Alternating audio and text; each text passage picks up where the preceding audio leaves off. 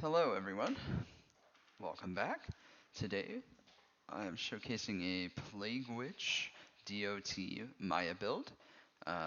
Shout out to one of my subscribers, I believe it's pronounced Ruggiero.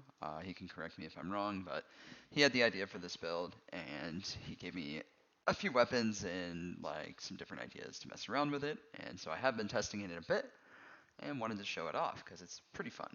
So I will say I'm starting off with this build on vanilla, and then we'll compare it to UCP. Um, I'm pretty curious. I've mostly just been testing this on the UCP, and it's quite viable. But on vanilla, I do think it's going to be a little bit harder to pull this off because the UCP does buff damage over time.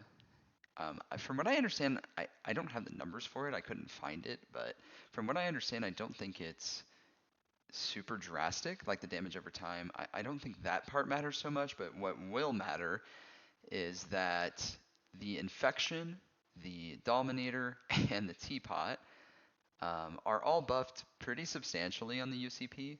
These weapons on vanilla are not so great. They're not terrible, but well, I mean the infection kind of is terrible to be honest, but at least on most characters. We'll see how it performs today. But yeah, these weapons get some pretty substantial buffs on the UCP, so once we switch over to that, you'll kind of see it. But yeah, on vanilla, I think this build's going to be a little bit harder to pull off. But anyway, I still want to give it a shot. So, those of you on vanilla, you can kind of see like, okay, maybe this build doesn't really work on vanilla, or maybe it does, or maybe you can tweak it. And then for those of you that use the UCP, you'll also get to see the other side. Yeah, so we're going to have the infection because this is basically the highest corrosive damage per second weapon in the game. This build is a DoT build, so it only makes sense to use something like this. The Gub is basically just kind of our damage dealer out of the group. Like this is if there's an especially difficult enemy, we're just going to try to burst it down with the Gub, and it's basically if we can't rely on the DoT as much, the Gub will come in handy. Dominator is just kind of there as another corrosive only pistol option. It's sort of a thematic option. The E-Tech dart pistols on vanilla are quite bad. I would not recommend using this if you're going to do this build. It's a lot better on the UCP. Does some pretty decent damage, some pretty decent DOT as well. Has a high chance of proccing it too, which is nice. But it's overall kind of mediocre on vanilla. I would mostly just stick to like infection, teapot, gub, something like that. And then lastly, of course, we do have the teapot, which is another really high damage over time pistol. Infection is higher, but the main difference, you see if we compare this here, the teapot has significantly higher base damage. I mean, it's literally basically better at everything. Its accuracy, fire rate, reload speed, mag size, everything much better. Obviously, the trade-off here being that the damage per second is a lot lower. So I'd say in general, like on vanilla at least, the teapot's probably going to perform a little bit better, but we'll compare them and see which works the best.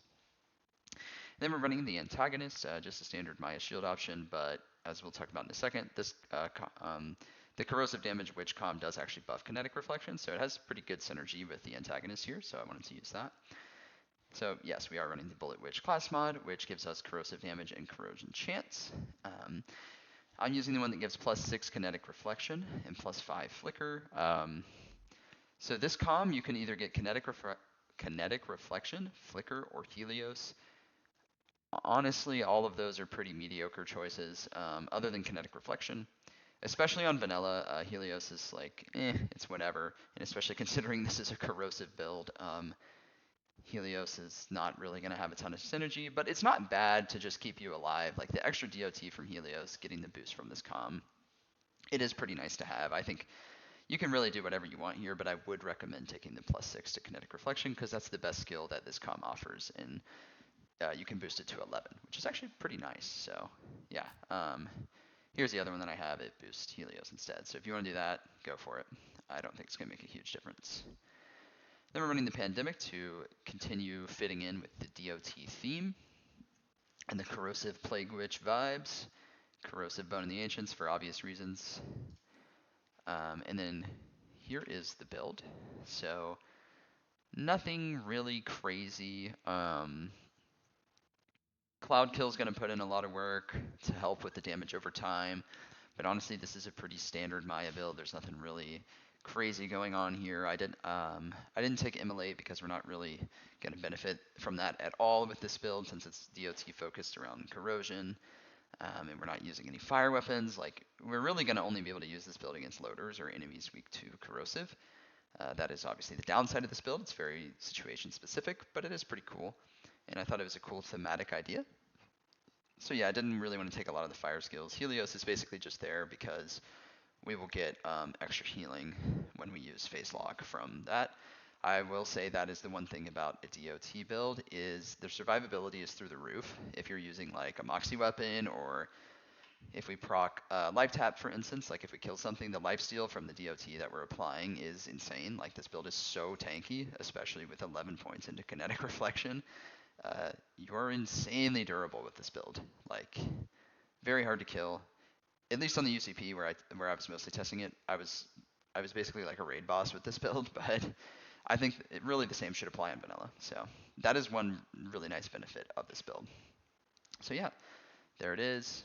No badass rank. And then I will pause here and then transition us over to the gameplay. All right, we are back. And just to quickly confirm, we're not on UCP. We don't have the fight for your life increase that UCP gives to res. You can see it right there. All right, vanilla. Let's try starting out with the infection and see how the damage over time does. We'll kind of switch around the weapons and just see what happens. All right, not bad. Died pretty quick.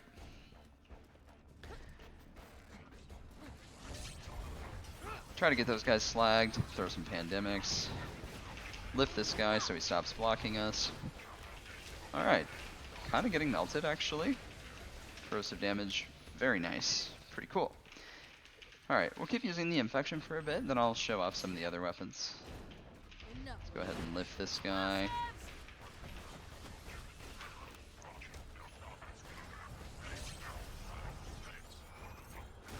Nice, get him to do that. Oh, unfortunately he didn't get slagged, so we'll just take care of this guy. Doing pretty well so far. He'll probably just die from the DoT. We can leave him. Yep. This guy still isn't slagged. Really doesn't want to cooperate. There we go. I think he should die. Alright. We'll unload a clip here. And then let's go ahead and switch to the Teapot. Nice. He is dead. This guy's lagged. The fire rate on these weapons, pretty funny. There we go though. Took care of him pretty quick. And honestly, performing pretty well here. Yeah, keep going. Let's see. We will wait on the ammo because we gotta kill the super badass here, so probably use the infection for the most part. Throw some grenades. Probably dump a full clip there. Let's try the Dominator. Not amazing. Holy shit, the Dominator.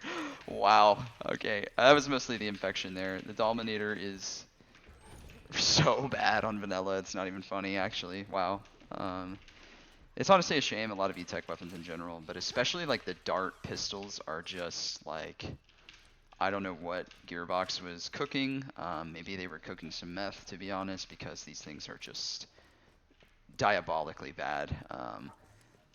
Yeah, it's kind of a shame. The UCP definitely helps this one be a lot more viable. So in vanilla, I would again mostly rely on infection and the Teapot for your DoT damage, and then the Gub for some extra DPS. We'll try out the Teapot a bit more. Takes that guy down. With phase lock, the Teapot is actually really nice. It gets some pretty nice fire rate. And it has, again, much higher base damage than the infection, so that is a huge benefit. It will actually do pretty good damage here. Took him out. It's not slagged, unfortunately.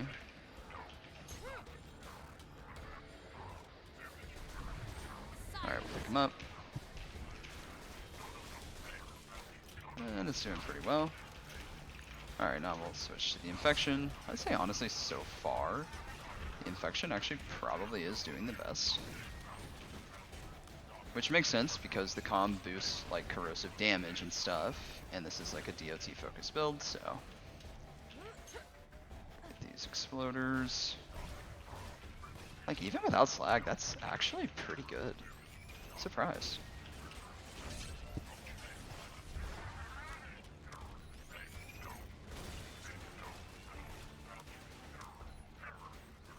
Okay. Cool. They're done blowing up. Save this ammo box for last. Get some dots popped. Shoot the infection. Oh. Well, look at that. We're back to full immediately because we have so many dots on it, bro. It's actually hilarious. Wow. That's so much healing. Basically exactly what I was talking about. This build is almost kind of like a... I don't know, it's kind of like secretly a tank build, really. Get a pandemic in there. Nice. Pretty good. Yeah, I would say so far, infection definitely been the star of the show. But the Teapot's nice for like, once we've got the dot applied, Teapot's good to kind of finish him off, I guess you could say. Let's kind of ignore this guy. Oh, that's a bad angle. Yeah, really, really bad angle for me. Oh, shoot. Alright, we kind of fucked that up. That's my bad. We did actually pretty substantial amount of damage. I probably should have just kept shooting him, really. Alright, let's try to... Alright, we're fine. He's slowly getting ticked down by the dot anyway while we were ignoring him. That was just a bit of a misplay on my part. Shouldn't have even gone down there, but no worries. We are totally fine. Keep on moving. To be honest, like, I don't even know if there's much of a point in showcasing the UPV... What the hell did I just say? The UCP version? Okay. Man, I always like feel like I butcher at least a couple sentences every video. But yeah, anyway, I don't even know, like, this is quite viable on vanilla, and like, spoiler alert, it's just buffed on UCP, so, you know, if it's working this well now, like, I can go ahead and tell you, it will also work really well in the UCP, so if you're using that, you can see that this is already viable, and it's much, I would say, a pretty good amount stronger. Things just die a bit quicker on the UCP, but the damage is really not that bad. Like, okay, I don't know why I'm not phase locking. There we go. I don't... Throw some nades. Get some heals. Oh man, I see that is maybe a bit of an error on my part. I think I dotted myself there by shooting the power loader, and as you guys can tell, the DoT of this build is super strong, so I basically just killed myself. Gotta be careful about that with this build. If you get a DoT reflected on you, you're most likely dead, because your DoTs of this build are insanely strong. Alright, nice. Pick up the loader. Instantly heal to full. Super nice. Pretty much just constantly healing to full. Pretty crazy. Like I said, it's kind of it's almost like a glass tank build, is how I would describe it.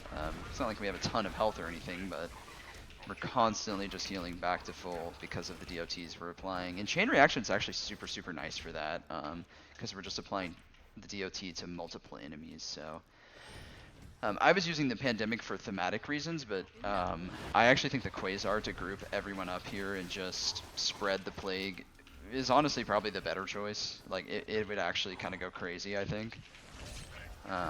So maybe we can show that off too. Alright, nice. He's dead.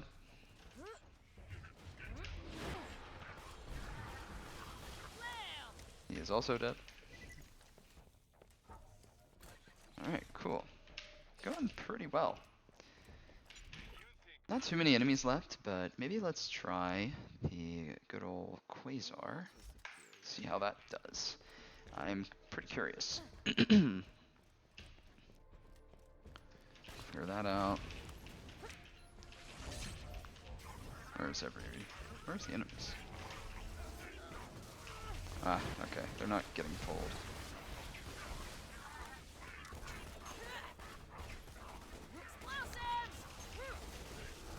Oh, actually, it looks like it spread to that guy. He was pretty much dead. This guy's also half health. Yeah, nice. It's just kind of spreading it around everywhere.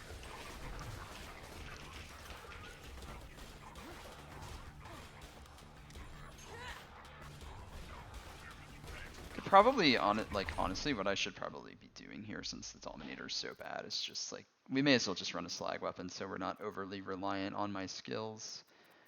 Let's see, Florentine sounds wonderful. We do have a lot of points into Flicker for this build, so should work pretty well. He's gonna die. Cool. Let me switch this around. There we go. But yeah, I would honestly just recommend, like, if for everyone playing vanilla, Infection and Teapot is your bread and butter for this build.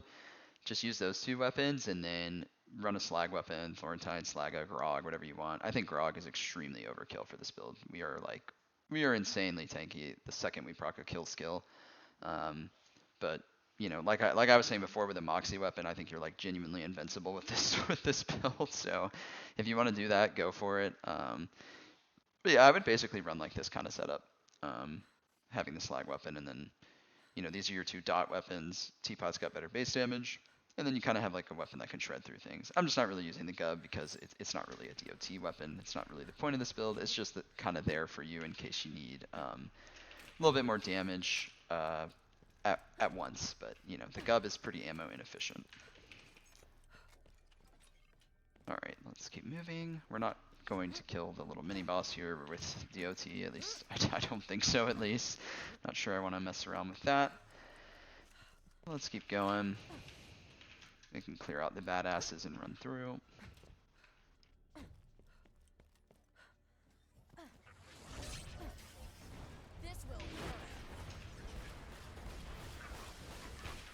Get DoT cooking.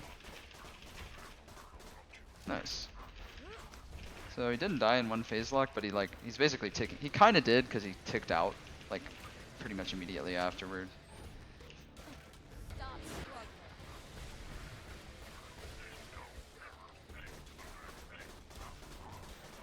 Alright, I'm gonna stop shooting and just out of curiosity, will that finish him off? Okay, not quite. Pretty close. Pretty close. Cool.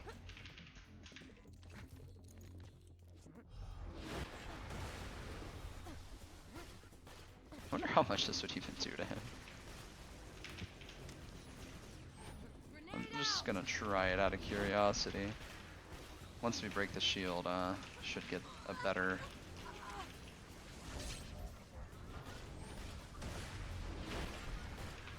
Oh, okay. It's actually kind of cooking him. That's funny. Not like he's a super hard boss or anything, don't get me wrong, but... Okay, well, cool. I honestly didn't expect it to really be able to do that well against it. This build keeps surprising me. That is beautiful. Alright. That. They'll die. Yeah, I think this is a good build too, if you just want to again, if you don't want to engage with the gameplay, just apply some DOTs, go get a snack, go get a drink, and wait for him to die, perfect build for you guys. Alright. Alright, well, that's it. We made it through, honestly, pretty seamlessly. I'm not gonna lie, I did not expect it to do this well on vanilla. I'm a little shocked. I might record the UCP version of this as well if people are interested. I was gonna do both, but man, it's plenty viable on vanilla. I feel like this shows enough. For those of you playing UCP, this build's just better. I mean, that's just the short answer. It just does a lot more. It just does more damage and stuff. But I would honestly say this vanilla counterpart it's pretty comparable. I've tried both. I'm not noticing a massive difference. It performs very well on vanilla or UCP. Now, obviously, the catch with this build is you're not really going to be able to use it outside of scenarios where you're fighting loaders. Um, so that part is a bit of a downside, obviously. Like it is situational. You can't like if you run this into a flesh map, it of course it's not going to function that well. So you have to keep that in mind. But I will say the nice thing about that about this build on the flip side is like it is situational. However, this is like not any different from how I would spec Maya normally. Like I didn't change my build like really at all. Like it's basically the same. It's the exact same thing I would run with Maya like on almost any other build. So that's kind of the nice part here is like, oh, okay, like, hey, I'm going into a loader map. Let me throw in the infection and the teapot and the witch com. That's all you have to do. Like, that's it. And you're good to go. So it's honestly like, I'm pleasantly surprised with how good this is for how little investment it requires. Like, you don't even really have to get the infection. Obviously, it's going to be your best bet, but Teapot can do pretty well on its own. Pretty cool build, pretty tanky, and very good against loaders. So, you know, if you're playing Maya and you go through some loader maps, throw this on and just have some fun. Yeah, try something new. And yeah, like I said, if there's enough interest, I can show the UCP version of this. It's better. Maybe not by a huge margin, but it is better. Um, but yeah, guys, anyways, I hope you enjoyed. Here's a final screenshot of the build, and I will see you next time.